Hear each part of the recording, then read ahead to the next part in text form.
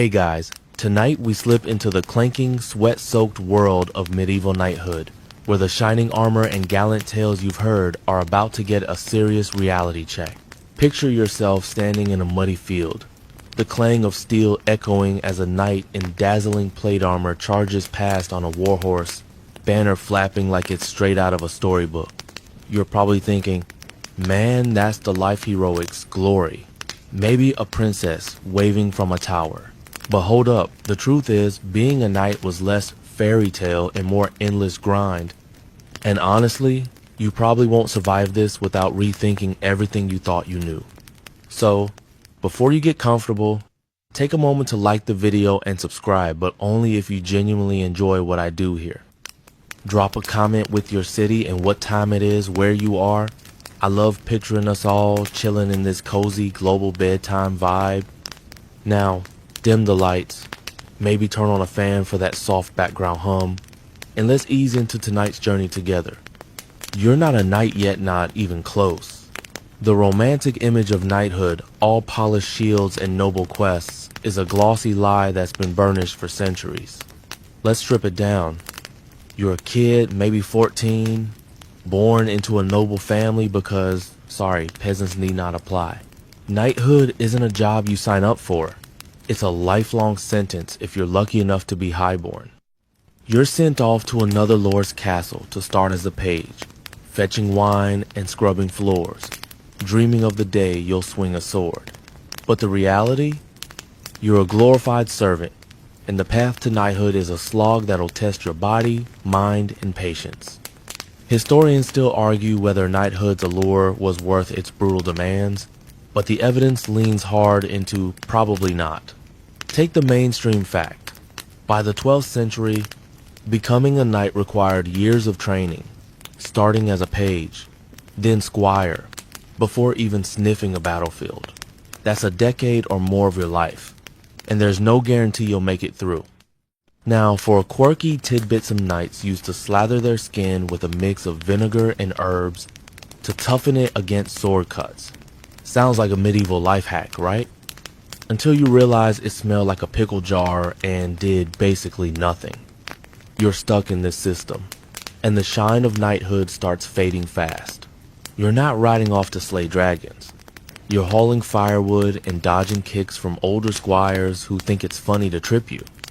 The castle's great hall might look grand, with its tapestries and roaring fire, but you're not dining with the lords. You're in the corner, serving ale and hoping nobody notices you spilled some. And let's talk about that glory you're chasing. Most knights weren't out saving damsels. They were enforcers for their lords, breaking up peasant brawls or guarding tax collectors. Heroic, right? More like medieval mall cop. You're starting to see the gap between the legend and the truth. The songs sung by troubadours about brave knights, half of them were propaganda, spun to keep young nobles like you chasing a dream that kept the feudal system humming. You're not a hero yet. You're a cog in a machine, and the machine doesn't care if you're tired, hungry, or dreaming of something better.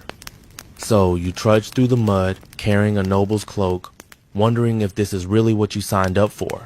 Spoiler, it gets worse. You're still a long way from that gleaming armor, and the nightly dream feels more like a fever you can't shake. You've graduated from page to squire now, which sounds like a promotion, but is really just trading one set of chores for another. Your days are a blur of scrubbing, fetching, and dodging the temper of whichever knight you're serving. You're basically a medieval intern, except instead of coffee runs, you're polishing swords and mucking out stables. The romance of knighthood is buried under a pile of horse dung, and you're the one holding the shovel. As a squire, you're tied to a knight's hip, learning the ropes by being his personal assistant. You wake before dawn, your straw mattress still prickling your back, and stumble into the chilly courtyard. Your first task? Haul water for your knight's bath if he's feeling fancy. Most days, he's not, so you're wiping down his sweaty chainmail instead. It's heavy, smells like rust and despair, and you're expected to make it sparkle. Then there's the horse, which needs feeding, grooming, and more attention than the knight himself. You're starting to suspect the real hero is the horse, not the guy riding it. Here's a mainstream fact. Squires in the 13th century often served for 7 to 10 years before even being considered for knighthood. That's a decade of grunt work, and plenty never made it to the final ceremony. Now, for a quirky tidbit, some squires had to master courtly love poems to impress noble ladies, memorizing lines about unrequited passion while dodging their knight's bad moods. Imagine reciting sonnets with a straight face while your boss yells about a missing spur. Good luck keeping that dreamy vibe. Historians still argue whether the squire system was effective training or just cheap labor for lords. On one hand, you're learning discipline and combat skills. On the other, you're a glorified errand boy, and the knights aren't exactly handing out gold stars. You're also expected to absorb chivalric ideal shiner, loyalty, all that jazz, but it's hard to feel noble when you're scraping mud off boots. The worst part? You're at the mercy of your knight's whims. A good one might teach you a few sword tricks. A bad one treats you like a punching bag. Guess which kind you got stuck with? You're out in the training yard now, lugging your knight's shield while he spars with another lord. The shield's heavier than it looks, and your arms are screaming. You sneak a glance at the older squires, hoping for a nod of camaraderie, but they're too busy trying to impress the castle steward. Oh, and here's a fun twist. You're also responsible for your knight's laundry. That's right, you're hand-washing his sweaty tunics in a freezing stream, praying you don't ruin the embroidery. One wrong move, and you're catching an earful about disgracing his honor. Honor, apparently, lives in clean socks. Let's not forget the social side. You're noble-born, sure, but you're still a kid, and the castle's hierarchy is brutal. The older squires haze you, the servants resent you, and the lord's kids treat you like furniture. You're caught in this weird limbo, too high-born for the kitchens, but too lowly for the great hall's high table. And the jokes? They're on you, like the time you tripped carrying a platter of roasted pheasant and spent the night scrubbing grease off the floor. The other squires still call you Pheasant Boy. Hilarious.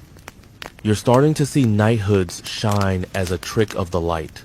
You're not a hero in training. You're a cog in a system that chews up kids like you and spits out a few knights if you're lucky. The castle's walls feel tighter every day, and you're wondering if all this work will ever pay off. You trudge back to the stables, shovel in hand, and try to ignore the sinking feeling that this is your life now. Remember that vinegar and herb skin toughener from your page days? You're tempted to slather it on, not for sword cuts, but to survive the smell of this stable. You're still a squire, but now you're getting a taste of the knightly life, or at least its gear. You're standing in a cramped armory, staring at a suit of armor that's supposed to make you invincible. Spoiler, it's more likely to make you miserable. You're about to learn that the shining plates you've been polishing for years aren't just heavy. They're a sweaty, creaky prison. Knighthood's glamour? It's starting to feel like a cruel joke, and you're the punchline. You reach out and touch the breastplate, cold and smooth under your fingers. It's a mix of chainmail and plate, the kind knights started wearing by the late 13th century mainstream fact alert. This combo could weigh 60 pounds or more, and you're expected to wear it for hours. You try it on, and instantly your shoulders sag. It's like carrying a small child who hates you. The chainmail jingles with every step, and the plates pinch your ribs. You're already sweating, and it's not even noon. Oh, and here's a quirky tidbit. Some knights stuff their armor with straw to cushion blows, which sounds clever until you realize it's a magnet for fleas. Itch much? You stumble outside, trying to move like the heroic figure you're supposed to become, but walking in this thing is like wading through molasses. The helmet's the worst narrow slits for eyes mean you're half blind and your breath echoes like you're stuck in a tin can.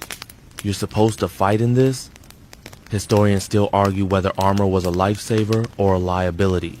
It stopped swords, sure, but it slowed you down, and a quick peasant with a pitchfork could outmaneuver you. You're starting to think the pitchfork guy has the right idea. Your knight barks at you to hurry up. You're lugging his spare lance now, which is basically a tree trunk with a pointy end. The armory's heat lingers on your skin, and the armor straps are already chafing. You pass a group of servants snickering at your clanking wattle grate, another nickname in the works. Sir Clumsy has a nice ring, doesn't it? You try to laugh it off, but the helmet muffles your voice, and now you sound like a grumpy ghost. The castle dogs start barking, thinking you're an intruder. Perfect. Then there's the maintenance. You thought polishing swords was bad? Armor's a nightmare. It rusts if you sneeze near it, so you're constantly scrubbing with sand and vinegar. You're kneeling by a bucket now, your hands raw, wondering if knights are born with a grudge against clean water. And don't get me started on the weather. A sunny day turns your armor into an oven. You're baking like a medieval pot pie. Rain's worst water seeps into the joints, and soon you're sloshing around, praying you don't slip and land on your own dagger. Which, by the way, happened to a guy last week. He's fine, but the jokes aren't. You're starting to see why knights were so grumpy in those old tapestries. Moving in armor isn't just hard. It's a full-body protest. You try a practice swing with a wooden sword, and your arm screams. The older squires are watching, smirking as you nearly topple. One of them, probably still sore about that pheasant incident, accidentally bumps you, and you stagger into a wall. The clang echoes across the courtyard, and now even the cook's laughing. You're tempted to ditch the armor and run, but that's a one-way ticket to disgrace. The physical toll is only half the story. Wearing armor means you're a walking target nobles ransom knights, so enemies aim for you. You're not just fighting for glory. You're fighting to not end up chained in some lord's dungeon, eating moldy bread. You remember that courtly love poem you memorized as a squire? Yeah, no lady swooning over you now, not when you smell like rust and desperation. You trudge back to the armory, armor creaking, and wonder if knighthood's worth it. That vinegar and herb trick from your page days feels like a distant dream. Maybe you'll try it to fend off the fleas. You're still clanking around as a squire, but now the real work kicks in training to fight like a knight. You're in the training yard, gripping a blunted sword, your arms already aching from yesterday's drills. The romantic tales of heroic duels, they're a far cry from the bone-rattling reality you're facing. Knighthood's not about looking cool. It's about surviving a brutal crash course in violence, and you're learning fast that one wrong move could leave you limping for weeks. You square up against another squire, a lanky kid who's quicker than he looks. The knight overseeing you shouts to begin, and you lunge, only to catch a wooden sword to the ribs. It's blunted, sure, but it still hurts like you hugged a beehive. You stagger back, gasping, while the knight critiques your stance with all the warmth of a winter gale.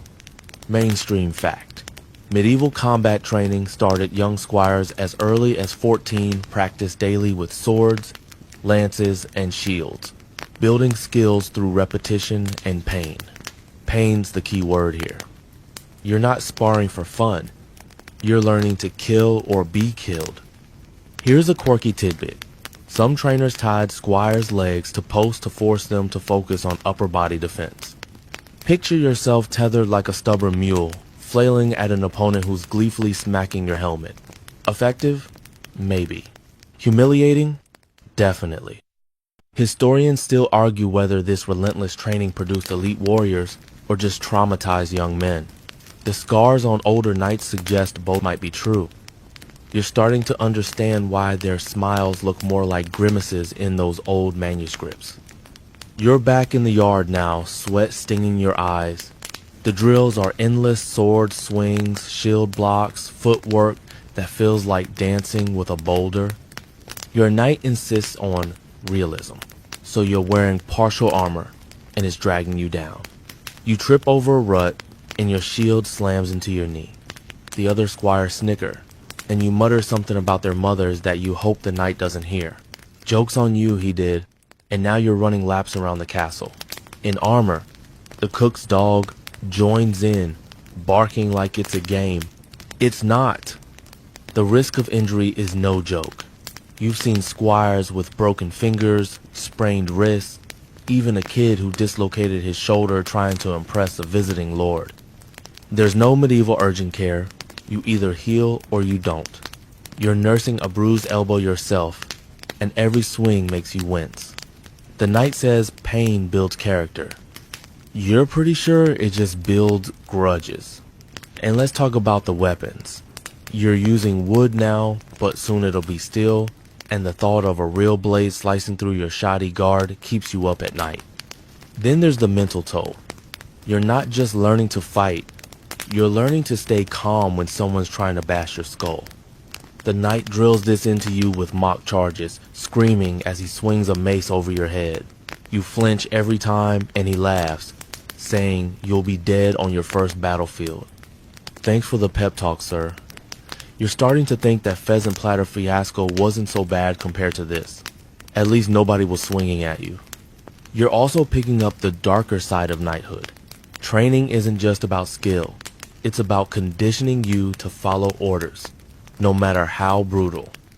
You overhear the older knights talking about raids burning villages, trampling Cropsall in the name of loyalty. You're supposed to nod along, but it sits heavy in your gut. You try to focus on the drills, but the clack of wood on wood sounds like a warning. You're not a hero yet, you're a kid trying not to break, and the shining armor you dreamed of feels more like a cage. You trudge back to the barracks, your body screaming, and collapse onto your straw bed. The other squires are already snoring, but you're replaying every mistake from today's training. That vinegar and herb skin toughener you laughed about as a page? You're half tempted to slather it on, not for cuts, but to brace yourself for tomorrow's bruises. You're still a squire, battered from training, but now you're learning that knights don't just fight, they ride. You're in the stables, staring at a massive war horse that looks like it could crush you with a sneeze. The stories paint knights as masters of their steeds, charging into battle with effortless grace. Reality? You're spending more time shoveling manure than saddling up, and that noble beast is more diva than destrier. Knighthood's glamour is slipping further away, and you're knee-deep in its smelly truth. You grab a brush, your hands still sore from yesterday's sword drills, and start grooming the horse. Its coat is sleek, but it's picky, snorting if you miss a spot. This isn't just any horses. A trained war horse, worth more than your family's land. Mainstream fact. By the 14th century, a good destrier could cost as much as a small estate, and knights often went into debt to afford one. You're not riding this beauty yet. You're its babysitter. Feed it, clean it, check its hooves for stones missed, one detail, and your knight will have you scrubbing the stables for a week. Here's a quirky tidbit. Some knights name their horses after saints or lovers, whispering to them like old friends. You try calling this one Saint Gerald, and it flicks its tail in your face. Charming. Historians still argue whether the bond between knight and horse was practical or sentimental. Did they love their steeds? Or were they just tools for war? You're leaning toward tools, given how much this horse seems to hate you.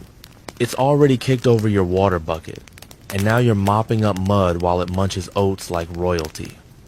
You're finally allowed to saddle it, but the gear's a puzzle of leather and buckles. The saddle's heavy, the stirrups tangle, and you're sweating through your tunic before you even touch the reins. You lead the horse to the training field, praying it doesn't bolt. Your knight's watching, arms crossed, ready to pounce on your mistakes. You try to mount, but the horse sidesteps, and you nearly face plant in the dirt. The other squires are doubled over, calling you Sir Mudbutt. Hilarious. You grit your teeth and try again, hauling yourself up while the horse huffs like you're an inconvenience. Riding's no picnic either. You're bouncing in the saddle, your thighs burning, and every jolt feels like it's rearranging your spine. The knight shouts to keep your posture straight, easy for him to say, he's not the one clinging to a four-legged earthquake. You're supposed to learn jousting soon, but the thought of charging with a lance makes your stomach lurch. You've seen squires fall during practice. One broke his arm last month, and he's still milking the sympathy. You're tempted to fake a sprain, but your knight's not the forgiving type. The horse's care never ends. After riding, you're back in the stables, checking for injuries, cleaning tack, and hauling hay. The smell's so thick you can taste it, and your straw bed's starting to look like a palace compared to this. Oh, and the horse's diet? Finer than yours. It gets barley and clover while you're choking down watery stew. You mutter a joke about trading places with St. Gerald, but the stable boy overhears and spreads it. Now the squires are chanting horse boy when you walk by. Great, another nickname to live down. You're starting to see why knights obsess over their horses. They're not just transport. They're the difference between life and death in battle. A good horse can outrun danger, a bad one leaves you trampled. But caring for it feels like a second knighthood, and you're failing at both. You remember that pheasant platter disaster from your page days? At least nobody expected you to groom the pheasant first. You trudge back to the barracks, hay in your hair, and wonder if knighthood's worth this. That vinegar and herb trick you scoffed at? You're thinking it might mask the stable stench clinging to you. You're still trudging through squire life, your hands calloused from horse brushes and sword grips, but now you're getting a crash course in the feudal system that keeps knighthood ticking. You're not just training to fight, you're learning to kneel. The shining tales of independent knights saving kingdoms, they're a fantasy. You're caught in a web of oaths and obligations, and the word freedom might as well be a foreign language. Knighthood's starting to feel like a leash, and you're the one wearing the collar. You're standing in the great hall, the air thick with wood smoke and the murmur of nobles. Your knight's swearing loyalty to the Lord, his hand on a relic that looks suspiciously like a sheep's knucklebone. You're next expected to pledge your life to this chain of command. Mainstream fact, by the 12th century, feudalism locked knights into a rigid hierarchy. Vassals swore oaths to lords, who swore to kings, all for land and protection. Break that oath, and you're not just fired, you're a traitor, stripped of everything. You're starting to see why knights don't smile in those old tapestries. Here's a quirky tidbit. Some lords sealed oaths with bizarre rituals, like exchanging cloaks or eating bread baked with each other's hair. You're praying your lord skips the hair bread part, but you still have to kiss his ring, which smells faintly of garlic. Gross. Historians still argue whether these oaths created loyalty or just resentment. Did knights serve willingly, or were they coerced by survival? You're leaning toward coercion given the Lord's habit of glaring like he's sizing you up for a dungeon. You're not just pledging to fight, you're signing up for a lifetime of obedience. Your knight's land, his status, even his fancy warhorse hall gifts from the Lord, and they come with strings. You're expected to follow suit, tying your future to this castle's whims. You overhear the older squires griping about service debts, extra weeks of guard duty, or handing over crops from their family's land. You make a mental note to check your own family's contract, but the thought of more paperwork makes your head throb. You're supposed to be a warrior, not a bureaucrat. The worst part? You're at the bottom of this feudal food chain. You're hauling your knight's shield to the next oath-swearing, dodging servant who mutter about fancy boys like you. The Lord's steward accidentally spills wine on your tunic, and the other squires cackle, dubbing you Sir Sticky. You try to laugh it off, but the stain's a reminder of your place high enough to serve, low enough to be mocked. You're tempted to fling the shield at them, but that's a fast track to stable duty. Again. Then there's the constant pressure to prove your loyalty. You're sent on errands delivering messages, guarding the Lord's tax collector seat, one a test. Mess up and you're not just embarrassing yourself, you're risking your knight's reputation. You're riding through a village now, the peasants eyeing you like you're the taxman himself. One kid throws a rotten apple and it splats on your cloak. The squires back at the castle will love this story. You're already bracing for Apple Boy chants. You're starting to see knighthood as less about glory and more about survival in a system that thrives on control. You're not a hero, you're a pawn, and the board's rigged.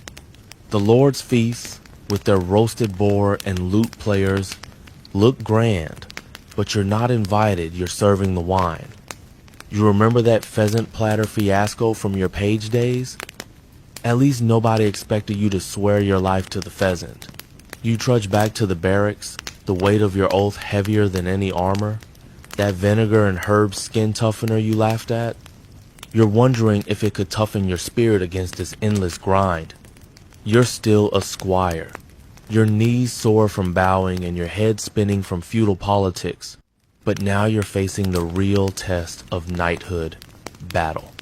You've heard the songs about glorious charges and heroic stands, but as you stand in a muddy field, gripping a dented shield, the truth hits like a warhammer.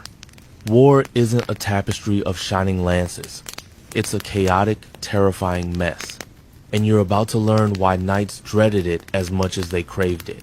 The dream of knighthood is drowning in sweat and screams. You're not a knight yet, but your lord's called up his vassals, and you're tagging along as your knight's backup. The battlefield's a churned up swamp, dotted with men in mismatched armor. You're clutching a spear, your heart pounding as horns blare in the distance. Mainstream fact, medieval battles, like those in the 13th century, were often disorganized, with poor communication and no clear lines more brawl than ballet. You're seeing it now, knights shouting over each other, foot soldiers tripping in the mud, and nobody seems to know who's in charge. Your knight's yelling at you to stay close, but you can barely hear him over the clanging steel. Here's a quirky tidbit. Some knights carried lucky charms into battle, like rabbit feet or scraps of a saint's robe, believing they'd ward off death. You've got a pebble your sister gave you, but as arrows start whistling overhead, it feels about as useful as a paper shield. Historians still argue whether battles were won by strategy or sheer luck. Did commanders plan victories, or did chaos just favor one side?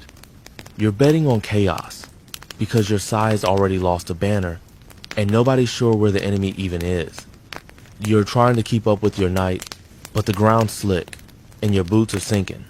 The armor you cursed in training feels like a coffin no too heavy to run, too thin to stop a mace. You see a foot soldier go down, his helmet caved in, and your stomach lurches. This isn't practice. There's no blunted sword to save you. You dodge a stray horse galloping through the melee, its rider long gone. The other squires are scattered, their faces pale under their helmets. One of them, the lanky kid from training, trips and vanishes into the mud. You don't stop to check if he's okay, your knight's shouting again. The noise is the worst part. It's not just swords clashing, it's men screaming, horses shrieking, and the thud of bodies hitting the ground. You're tempted to drop your spear and hide, but that's a death sentence. Cowards get no mercy.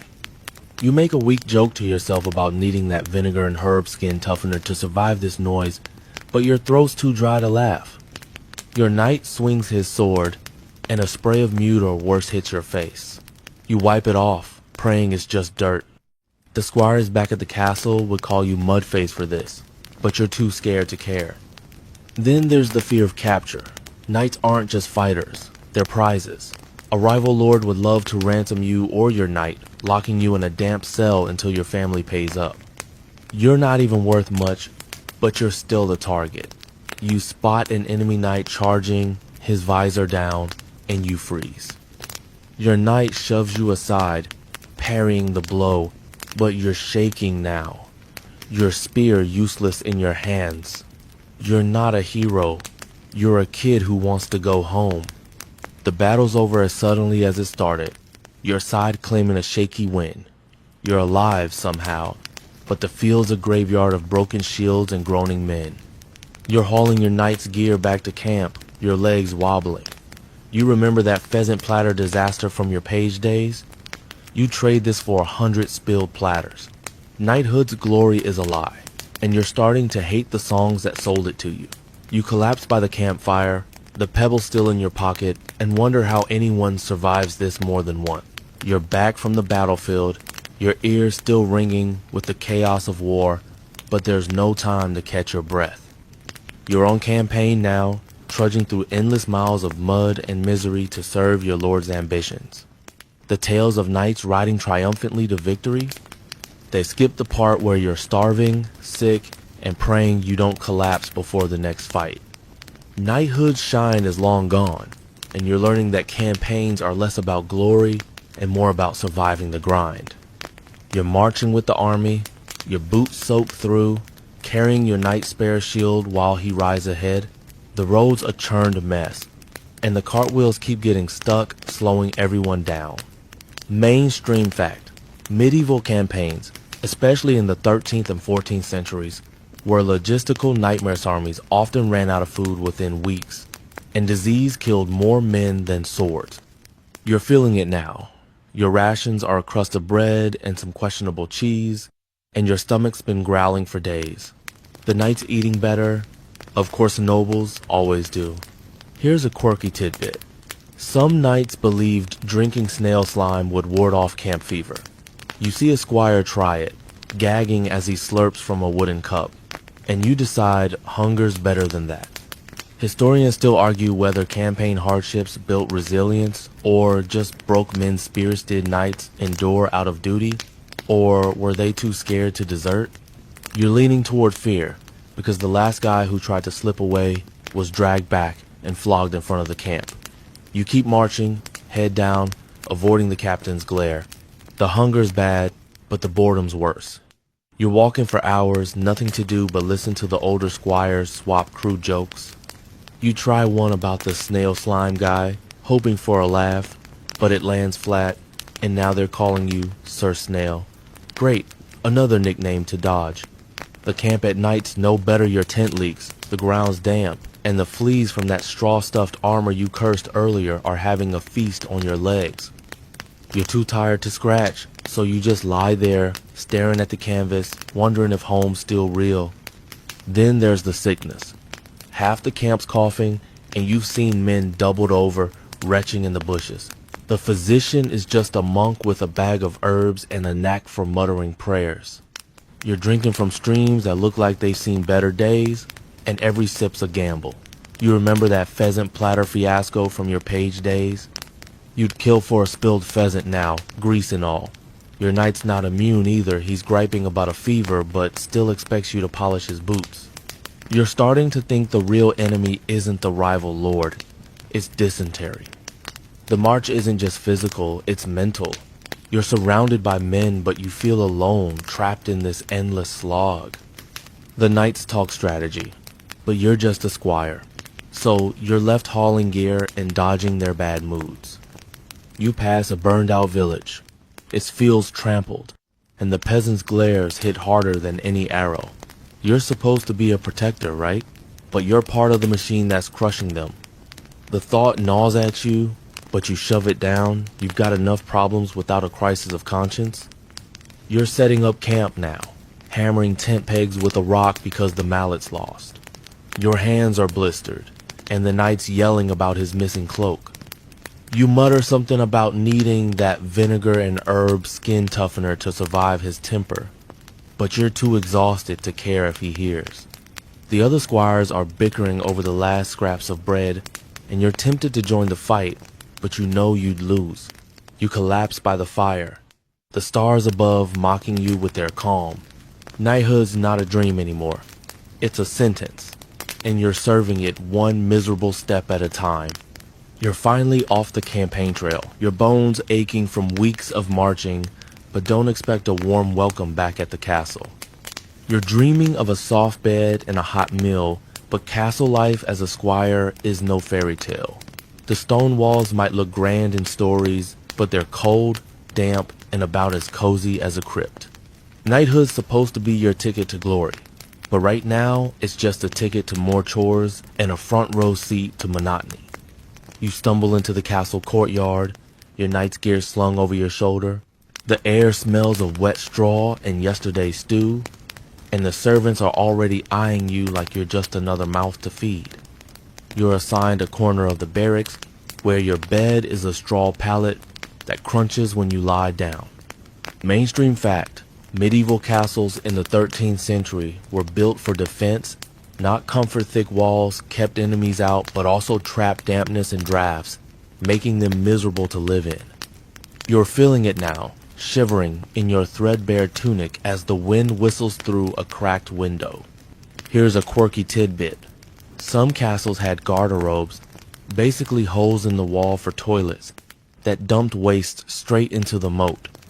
You're praying the wind doesn't shift while you're using one because the smell's already bad enough. Historians still argue whether castle life fostered community or just resentment. Did shared hardship bond people, or did the rigid hierarchy breed grudges? You're betting on grudges, given how the steward snaps at you for tracking mud on the floor. You're tempted to snap back, but you're too tired to risk a night in the stocks. Your days settle into a dull routine. You're up before dawn, hauling water, cleaning your knight's armor, and dodging his complaints about the food. The castle's great hall is lively during feasts, but you're not invited. You're serving ale and hoping nobody notices your shaky hands. The food's better than campaign rations, but not by much. Watery porridge, chewy bread, and the occasional fish that smells like it swam too close to the garderobe. You make a weak joke about needing a nightly quest to find better stew, but the other squires just roll their eyes.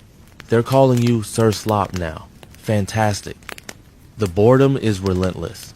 When you're not working, you're stuck in the barracks, listening to the same old stories from the older squires.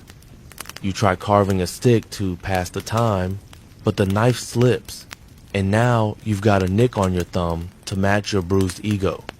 The castle's walls feel like they're closing in, and the constant damp makes your joints ache. You're starting to understand why knights always look so grumpy in those illuminated manuscripts. They're probably just cold. Then there's the social scene, or lack of it. You're noble born, but you're still a squire, so the lord's family treats you like furniture. The servants, meanwhile, resent you for being uppity. You're caught in the middle with nobody to talk to except the castle dogs, who at least don't judge you. You try chatting with a kitchen maid, hoping for a friendly face, but the steward catches you and assigns you extra latrine duty. The other squires find this hilarious, chanting Sir Stink as you trudge past. You're running out of patience for their nicknames. You're starting to see the castle not as a stronghold of honor, but as a gloomy machine that grinds down everyone inside. You're not a hero in training, you're a cog, and the machine doesn't care if you're miserable. You remember that pheasant platter disaster from your page days? You trade this damp, dreary life for 100 spilled platters. You lie on your crackling straw bed, the damp seeping into your bones, and wonder if knighthood's worth it. That vinegar and herb skin toughener you mocked? You're thinking it might help you survive the castle's chiller, at least the smell of that moat. You're still stuck in the damp castle, your squire's life a cycle of chores and chilly nights, but now you're grappling with the so-called code of chivalry everyone keeps banging on about. The stories paint knights as paragons of virtuinable, courteous, saving damsels with a smile. But as you navigate the castle's pecking order, you're seeing chivalry for what it really is. A fancy rulebook that's more about control than honor, and it's starting to feel like another weight on your already aching shoulders. You're in the great hall, balancing a tray of goblets while nobles drone on about knightly ideals. Your knights lecturing you on chivalry, protect the weak, serve the church, be loyal to your lord. Sounds nice, but you're noticing how selective it is. Mainstream fact: chivalry, formalized by the 12th century, was a code meant to civilize knights, curbing their violent tendencies with rules of conduct. But in practice, it's a tool for keeping you in line, making sure you don't step out of your lord's shadow. You're supposed to bow and nod, but you're wondering why protect the weak doesn't apply to the peasants you saw starving on campaign. Here's a quirky tidbit. Some knights took chivalry so seriously, they'd challenge each other to duels over minor slights, like stepping on a cloak. You overhear two knights arguing about who gets to sit closer to the lord's table, and you're half expecting them to joust over it. Ridiculous. Historians still argue whether chivalry was a genuine moral code or just propaganda to glorify knights. Did it shape their actions, or was it a shiny veneer for brutality? You're leaning toward veneer, especially after watching your knight ignore a servant's plea for help while preaching honor to you. You're trying to live up to these ideals, but it's exhausting. You're supposed to be courteous, so you hold doors for nobles, only to get a grunt in return. You're meant to be pious, but the chapel's freezing, and the priest's sermons are longer than a winter night. And that courtly love nonsense? You're expected to pine for a noble lady from afar, writing poems you'll never dare show her. You scribble a line about her star-like eyes, then crumple it when the other squires start snickering. They're calling you Sir Sonnet now, and you're ready to shove that parchment down their throats. The code's impractical too. You're on guard duty, standing in the courtyard with a spear, trying to look noble while your teeth chatter. Chivalry says to show mercy, but if a thief shows up, your knight expects you to crack his skull. You make a weak joke about needing a chivalric handbook to keep it all straight, but the wind swallows your words, and the castle dogs just stare. You're starting to think chivalry's less about being good and more about looking good, especially when the Lord's watching. Then there's the hypocrisy. You see knights bend the rules when it suits theme-ignoring debts, bullying peasants, even flirting with merry ladies while preaching purity. Your knight's no saint either. He's kind to the Lord's daughter but snaps at you for a crooked saddle strap. You're supposed to emulate him, but it's hard when honor seems to depend on who's got the bigger purse. You remember that snail slime cure from the campaign? You're tempted to try it, not for fever, but to stomach this double standard. You're starting to see chivalry as a trap, dressing up knighthood's grind in pretty words. You're not a gallant hero. You're a kid juggling impossible expectations, and the code's just another way to keep you in check. You trudge back to the barracks, the hall's candlelight fading behind you, and feel the weight of those noble rules pressing down. That vinegar and herb skin toughener you laughed at as a page, you're wondering if it could toughen you against the sting of this hollow code. You're still a squire, your head swimming with chivalry's contradictions, but now you're facing a new gut punch, the crippling cost of knighthood. You thought the hard part was surviving battles or bowing to lords, but the real enemy might be your empty purse. The shining armor, the warhorse, the whole noble knight package, it's a money pit. And you're starting to realize that knighthood isn't just a job. It's a financial death trap that could bankrupt your family before you even swing a sword. You're in the castle's armory, staring at a dented breastplate that needs replacing. Your knight's grumbling about the cost of a new one, and you're doing the math in your head. Mainstream fact. By the 14th century, outfitting a knight could cost the equivalent of a year's income for a minor noble, think thousands of pounds in today's money for armor, weapons, and a horse. Your family's not exactly rolling in gold, and every dent in that armor feels like a dent in their savings. You're supposed to pay for this. How? Oh, right, by begging your lord for scraps or marrying a rich heiress. Good luck with that. Here's a quirky tidbit. Some knights pawn their cloaks or even their swords to cover debts, turning up to tournaments looking like they raided a peasant's wardrobe. You spot an older squire trying to barter a rusty dagger for a loaf of bread, and you're half tempted to join him. Historians still argue whether knighthood's costs push nobles into poverty or force them to chase risky rewards like ransoms did the expense weed out the weak, or just trap everyone in debt. You're betting on debt because your knight's already hinting you'll need to contribute to his next horse. You're not just paying for gear. There's the ceremony to become a knight, fancy robes, a feast, gifts for the Lord. Your family scraping together coins, but you're still short. Then there's upkeep. Armor rusts, horses lame, and swords dull. You're polishing your knight's blade now, your hands cramping, knowing each scratch means more coin you don't have. You make a weak joke about selling your Sir Sonnet poems to fund it, but the armorer just grunts. The other squires overhear, and now they're chanting, "Sir Broke." You're too broke to care. The pressure's not just on you, it's on your whole family. Your parents are selling land to keep you in the game, and your siblings are giving you side-eye for draining the family's coffers. You're supposed to bring honor, but all you're bringing is bills. You hear whispers of knights who turned mercenary, hiring out to the highest bidder, but that's a one-way ticket to disgrace. You're stuck, balancing loyalty to your lord with the reality of an empty coin pouch. The castle's market is buzzing, but you're dodging stalls because even a new pair of boots is a luxury. Then there's the social cost. You're noble, sure, but a poor noble's just a punchline. The lord's son flaunts a new velvet cloak, while your tunic's patched like a quilt. You try to stand tall, but the other squires notice, and their smirks hit harder than any training sword. You're hauling your knight's lance to the practice yard when one of them accidentally trips you, sending you sprawling. The lance rolls into the mud, and they're laughing, calling you Sir Rags. You clench your fists, but keep walking. Fighting back means more trouble, and you can't afford that either. You're starting to see knighthood as a gilded cage, all shine and no substance. You're not a hero, you're a walking ledger, and the numbers aren't adding up. You remember that pheasant platter fiasco from your page days? You trade this for 100 spilled platters if it meant keeping your family's land. You trudge back to the barracks, the clink of coins you don't have echoing in your head, that vinegar and herb skin toughener you scoffed at. You're wondering if it could toughen you against the sting of debt.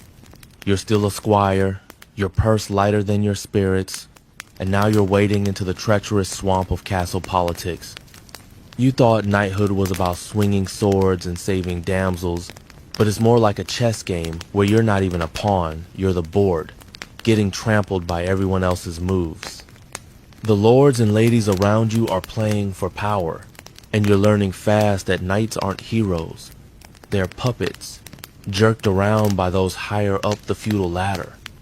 You're in the great hall, serving wine while your knight whispers with a grim-faced noble. The air is thick with intrigue, and every smile hides a knife. Mainstream fact: in the 13th and 14th centuries, knights were often pawns in political schemes, forced to back their lord's alliances or risk losing land and status. Your knight's loyalty is to the lord, but the lord's loyalty? That shifts with the wind. You're overhearing talk of a rival baron, and suddenly your knight's volunteering you for a simple message delivery to a shady ally. Great, now you're a courier in a game you don't understand. Here's a quirky tidbit. Some nobles use coded messages hidden in embroidery to plot betrayals, turning innocent-looking tapestries into treasonous post-it notes. You're eyeing the hall's wall hangings now, wondering if that deer pattern's hiding a coup. Historians still argue whether knights were active players in court, politics, or just muscle for hire. Did they scheme alongside lords, or were they too busy following orders? You're betting on orders because your knight's face says he's as clueless as you about the lord's real plans. You're riding out at dawn, the message tucked in your cloak, your stomach knotted tighter than the saddle straps. The road's quiet, but every rustling bush feels like an ambush. You're not just a squire, you're a target. And if this message goes wrong, it's your head, not the lord's. You make a weak joke to your horse about needing a chivalric code for surviving politics, but St. Gerald just snorts. Back at the castle, the other squires are whispering about your mission, and by nightfall, they're calling you Sir Spy. You'd laugh if you weren't so paranoid. The worst part? You have no say. Your knight's bound by his oath, and you're bound to him, so when the Lord says jump, you're both leaping into the dark. You hear rumors of knights who backed the wrong lord and ended up landless, or worse, dangling from a rope. You're starting to see why your knight's always tenties, not just fighting enemies. He's dodging allies. You're back in the hall now, refilling goblets, while nobles plot over venison. One lady's laugh sounds like a snake's hiss, and you spill a drop of wine, earning a glare from the steward. The squires pounce, dubbing you Sir Slosh. Perfect. Then there's the betrayal. You overhear your knight arguing with another vassal, something about a promised fief that never materialized. Loyalty's a one-way street, and you're both on the losing end. You're tempted to warn him, but squires don't speak up, they shut up and serve. You remember that snail slime fever cure from the campaign? You're wishing for a potion to cure this sinking feeling that you're disposable. The Lord's Son brushes past his cloak worth more than your family's land, and you feel smaller than ever. You're starting to see knighthood as a rigged game where the powerful move the pieces and you just hope not to get knocked off. You're not a hero, you're a tool, and the toolbox is full of sharper blades. You trudge back to the barracks, the hall's scheming echoes fading, and feel the weight of being a nobody in a world of somebodies. That vinegar and herb skin toughener you mocked, you're wondering if it could toughen you against the backstabbing you're bound to face. You're still a squire, your nerves frayed from dodging political daggers, and now you're facing a new kind of pain, the brutal reality of injuries in a world with no real medicine. You've survived battles and campaigns, but a single wound could end your knighthood or your life before it even begins. The stories of gallant knights shrugging off blows, they don't mention the agony, the infection, or the so-called doctors who might kill you faster than the enemy. Knighthood's dream is crumbling, and you're learning that scars aren't just badges of honor, they're warnings. You're in the training yard, your arm throbbing from a minor hit during yesterday's sparring. It's swollen, and every move feels like a hot poker in your muscle.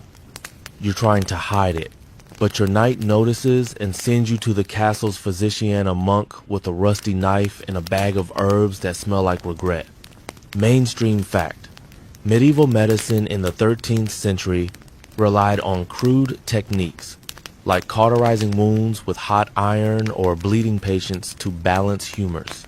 You're staring at the monk's tools now, wondering if you'd rather take your chances with the bruise. Here's a quirky tidbit. Some physicians use spider webs to dress wounds, believing they'd stop bleeding.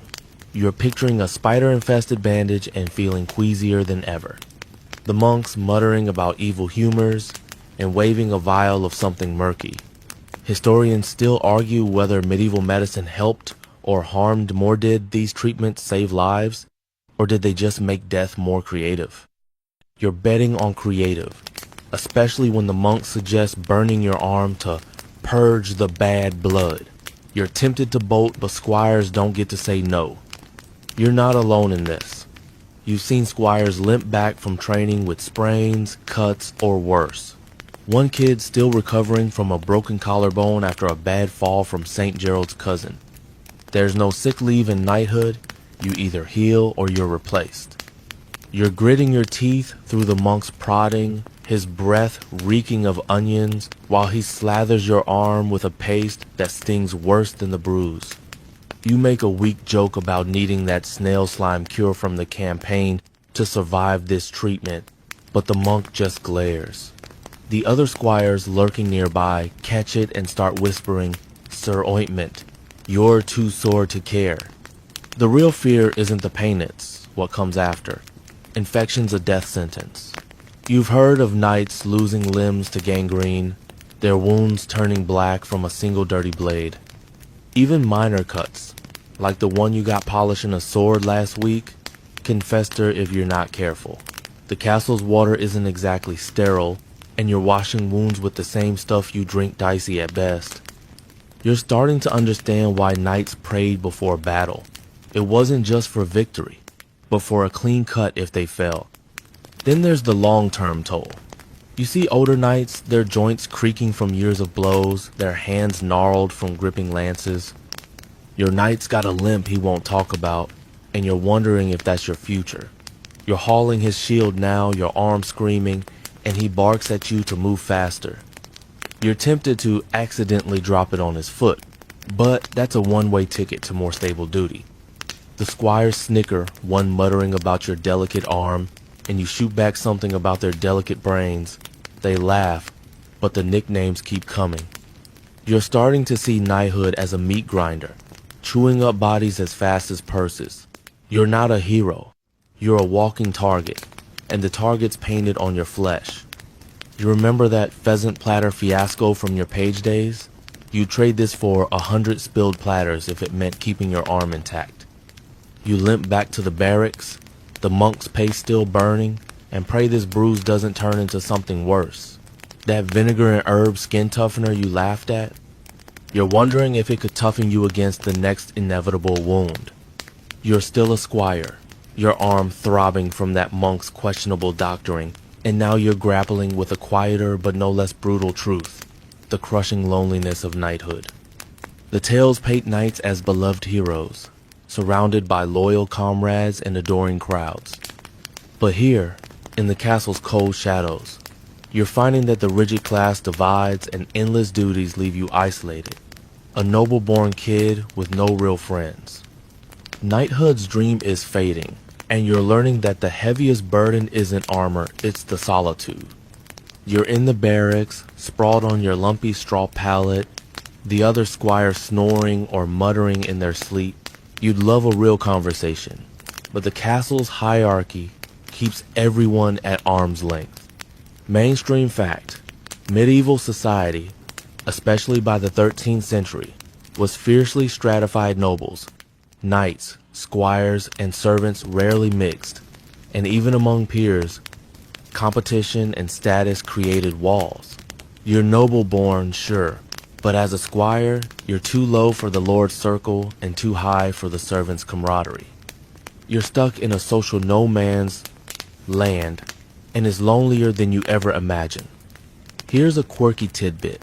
Some squires wrote letters to imaginary friends or even their horses to cope with isolation, pouring out their thoughts in secret.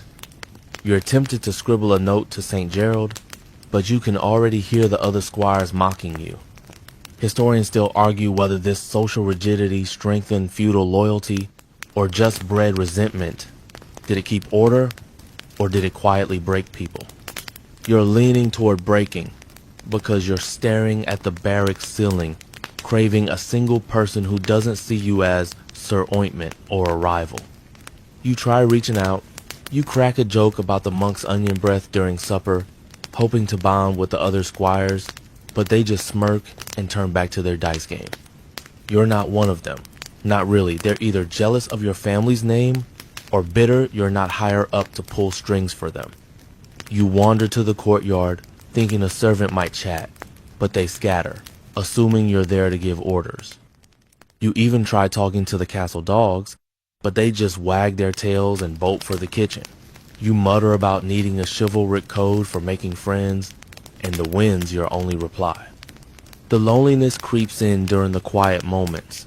You're polishing your knight's boots now, the repetitive scrape of the cloth numbing your hands and mind. You'd kill for someone to laugh with, to share the weight of this endless grind. Your knight's no help, he's either barking orders or brooding about his own problems. You see him stare out the castle window sometimes, and you wonder if he's as alone as you. But asking's out of the question. Squires don't pry, they polish. The other squires notice your silence and start whispering, "Sir Sulk." You force a grin, but it feels like a mask. Then there's the bigger picture. Knighthood's supposed to bring glory, but it's cutting you off from the world.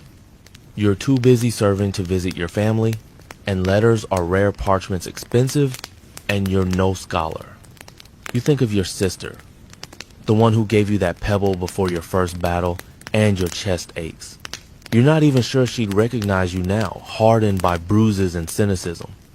The castle's feasts, with their music and chatter, mock you. You're pouring wine, not joining in. You spill a drop, and the steward's glare feels like a blade. The squires pounce, chanting "Sir Spill" under their breath. You're running out of patience for their games. You're starting to see knighthood as a solitary cage, locking you away from connection. You're not a hero, you're a ghost, haunting the castle's edges with no one to anchor you. You remember that pheasant platter fiasco from your page days? You'd trade this for 100 spilled platters if it meant a real friend. You trudge back to the barracks, the night's chill seeping into your bones, and clutch that pebble, hoping it holds some warmth. That vinegar and herb skin toughener you scoffed at? You're wondering if it could toughen you against this aching, empty, quiet. You're still a squire, your heart heavy with the loneliness that settled like damp in the castle walls, and now it's time to face the final truth. Knighthood's myth is a polished lie, and you're staring down the gap between the legend and the life you've lived. The stories of gallant knights, shining armor, and epic quests have carried you this far, but after years of sweat, pain, and disillusionment, you're piecing together what being a knight really means. The dream's not just flawed, it's a mirage, and you're ready to weigh its cost against its fleeting rewards. You're standing in the castle courtyard, watching a new batch of pages arrive, their eyes wide with the same starry dreams you once had. You want to warn them, to tell them about the endless chores, the crushing debts, the battles that leave you hollow, but they wouldn't listen, just like you didn't. Mainstream fact. By the late Middle Ages, knighthood's prestige was fading gunpowder and professional armies were making armored knights obsolete, and many clung to outdated ideals out of tradition. You're seeing it now. The older knights, their armor gathering dust, still talk of glory, but their eyes betray the toll. Here's a quirky tidbit. Some knights commissioned exaggerated tapestries, showing them slaying dragons that never existed to prop up their fading reputations. You pass one in the hall, its colors too bright, and wonder if you'll ever be desperate enough to weave your own myth. Historians still argue whether knighthood's decline was due to economics or cultural shifts did cost and cannons kill it, or did people just stop believing the hype? You're betting on both, because you're living the hype's collapse, and it feels like a betrayal. You're reflecting on your journey, the squires grind-hauling shields, grooming St. Gerald, dodging nicknames like Sir Spill wasn't noble, it was survival. The armor you cursed, the battles you feared, the oaths that chained you, they didn't make you a hero, just a cog in a creaking machine. Chivalry's rules, all that talk of honor, were a shiny veneer for a system that chewed up kids like you. You think of the costs. Your family's land sold, your body scarred, your spirit worn thin by isolation. You make a weak joke about needing a quest to find your old self, but the courtyard's silence swallows it. The worst part? The legend's still out there, luring more boys into this trap. You hear a troubadour singing of a knight's valor, and it stings. Where's the verse about the hunger, the politics, the wounds that fester? You're not a knight yet, but you're close, and the ceremony looms like a debt you can't pay. You'll get the spurs, the sword, maybe a cheer, but you know now, the glory's fleeting and the grind's forever. You see your knight limping from that old wound and realize he's not a legend, he's a warning. You're starting to see knighthood's truth. It's not about being a hero, but about enduring a system that demands everything and gives little back. You're not the shining figure in the songs, you're a survivor, scarred by the reality behind the myth. You remember that pheasant platter fiasco from your page days? You trade this for 100 spilled platters if it meant escaping the lie you chased? That vinegar and herb skin toughener you laughed at? You're wishing it could toughen you against the bitter truth that knighthood's dream was never yours to keep. Now, let's ease back. Let the courtyard fade, the clank of armor soften to a distant echo. You're not in that castle anymore. You're here, wrapped in the quiet of your own space, the world slowing down. Feel your breath, steady and warm, like a tide, pulling you gently to rest. The weight of knighthood's truth, all those years of struggle and shattered dreams, drifts away, leaving only a calm stillness. You don't need to carry that burden, let it dissolve into the night, like mist over a sleeping valley. Picture a soft glow, maybe a candle's flicker, wrapping you in warmth, whispering that you're enough, just as you are. The stars are out, steady and kind, watching over you as you sink deeper into peace. Let your thoughts blur, your eyelids grow heavy, and slip into a dream where no oaths bind you, no battles call. Rest now, fully, and let the world hold you gently. Sweet dreams.